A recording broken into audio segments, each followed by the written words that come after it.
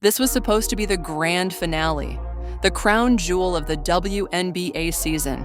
A historic year, record-breaking viewership, massive sponsorships, endless media hype. But when the lights came on for the finals, something shocking happened. Empty seats, dirt-cheap tickets, and a league scrambling to explain how its biggest moment turned into a PR nightmare.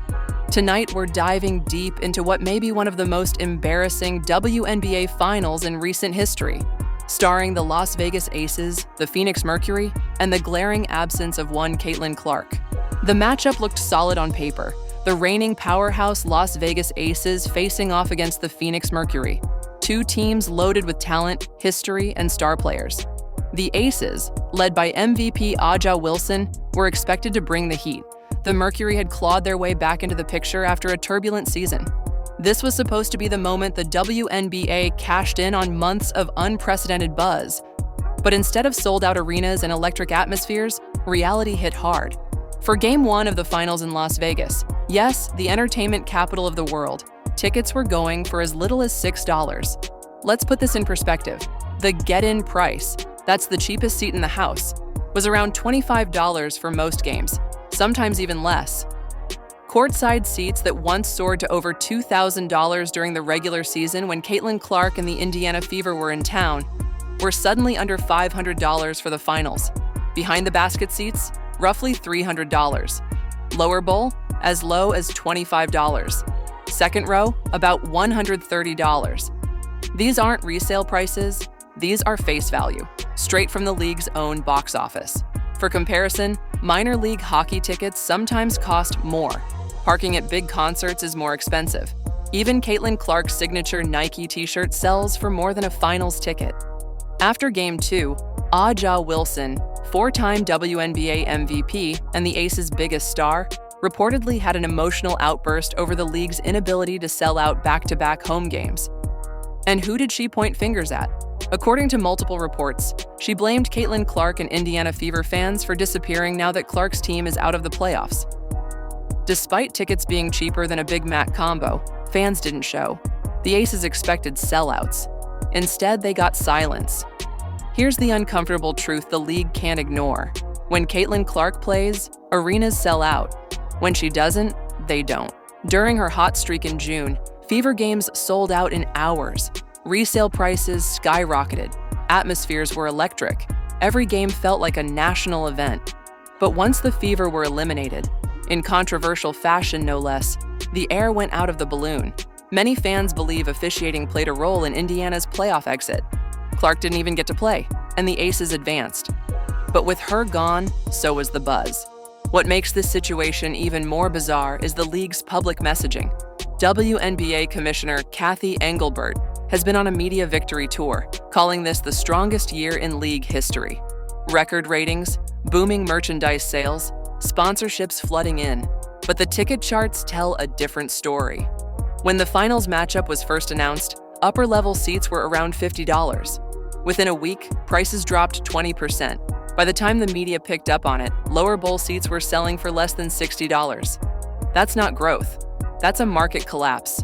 Some defenders tried to argue that Las Vegas fans just don't care about the WNBA Finals. But that doesn't hold up. Vegas hosts boxing, UFC, Formula One, the NFL, and tickets always move. The real issue isn't the city, it's the matchup. No villains, no rivalries, no trash talk, no high-stakes drama. Just two teams playing solid basketball in front of half-empty arenas. The energy that Caitlin Clark brought to the regular season, the sense of spectacle, vanished overnight. And if you think the optics in the arena are bad, online, it's brutal. Social media is flooded with screenshots of empty ticket maps, entire sections wide open, and jokes calling this the most affordable finals in history. Fans are roasting the league.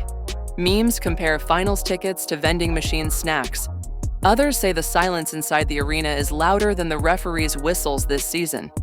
This collapse didn't happen overnight. It's the result of a leadership disconnect. For months, the league relied on Caitlin Clark's momentum to drive interest. Instead of building compelling storylines, fixing officiating inconsistencies, or elevating other stars, they assumed Clark's wave would carry them to the finish line. They ignored fans' concerns. They let players take cheap shots at Clark. They stayed silent when she was repeatedly targeted. And fans noticed.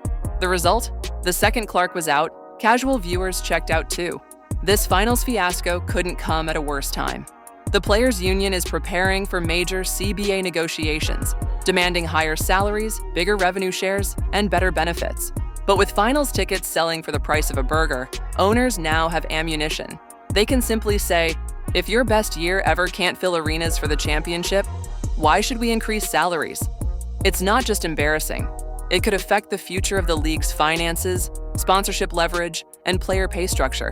Even ESPN seems to be losing interest.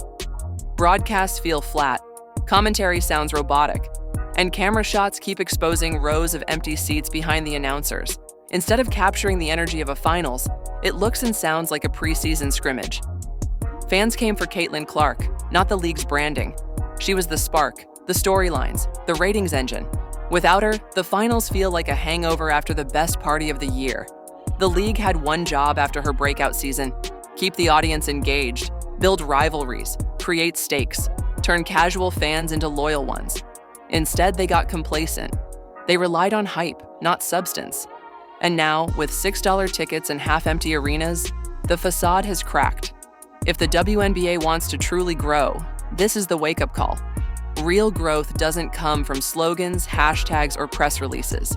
It comes from stars, stories, and stakes. The finals should feel like the Super Bowl of women's basketball. Instead, it feels like an afterthought. And unless the league learns to listen to its fans, consistently, authentically, this won't be the last time their biggest stage looks like a clearance sale. The WNBA had the world's attention this season, and just as fast, they lost it. Was this finals collapse inevitable without Caitlin Clark? Or did leadership fumble a golden opportunity?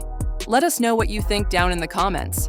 And if you enjoyed this deep dive, hit that like button, subscribe for more sports breakdowns, and turn on all notifications so you never miss a story. Because this was just the beginning.